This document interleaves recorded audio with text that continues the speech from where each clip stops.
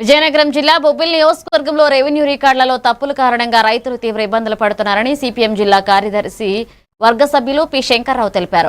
స్థానిక సిపిఎం కార్యాలయంలో రైతులతో సమావేశమై మాట్లాడిన ఆయన రీసర్వేలో అధికారులు చేసిన పొరపాట్ల వల్ల భూముల సంబంధం లేని వారి పేర్లలో నమోదు కావడం, జాయింట్ ఎల్పీ నెంబర్లు ఇవ్వడం వల్ల రైతులు రోజు రెవెన్యూ కార్యాలయాల చుట్టూ తిరగాల్సి వస్తుందన్నారు. తప్పులు సరిచేయడానికి కూడా డబ్బులు కోరుతున్నారని ఆరోపించారు. ప్రభుత్వం వెంటనే స్పందించి భూ రికార్డులలోని తప్పులను సరిచేయాలని డిమాండ్ చేస్తూ ఈ నెల 16న బొబ్బిలి రెవెన్యూ కార్యాలయం వద్ద ధర్నా నిర్వహిస్తామని రైతులు పెద్ద ఎత్తున హాజరు కావాలని పిలుపునిచ్చారు.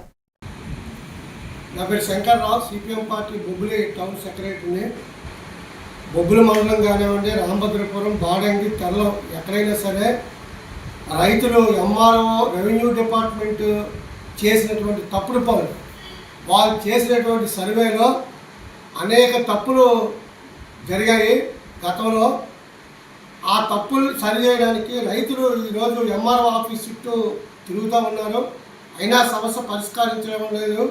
పరిష్కరించకపోగా రెవెన్యూ డిపార్ట్మెంట్ వాళ్ళు చేసిన తప్పుకి ఈరోజు రైతులు బలైపోతున్నారు. తన సొంత భూమి, తన సాగు భూమి, తన తాత ముత్తాతల దగ్గర నుంచి వస్తున్నటువంటి భూమిని ఆ సర్వే నెంబర్ని మార్చేసి వేరే వాళ్ళ నెంబర్లు పెట్టడం, జాయింట్ ఎల్పీ నెంబర్లు ఇష్టానుసారంగా కొట్టేశారు, నింపేశారు, వేరు వేరు పేర్లు పెట్టేశారు. ఇవన్నీ కూడా క్లియర్ చేయండి అని చెప్పేసి రైతులే తన భార్య మీద ఈ మ్యూటేషన్ పెట్టి మార్చేశాడు. ఈ కెలస్ ఉన్న భూమిని మార్చేసి రిజిస్ట్రేషన్ చేయించుకున్నారు.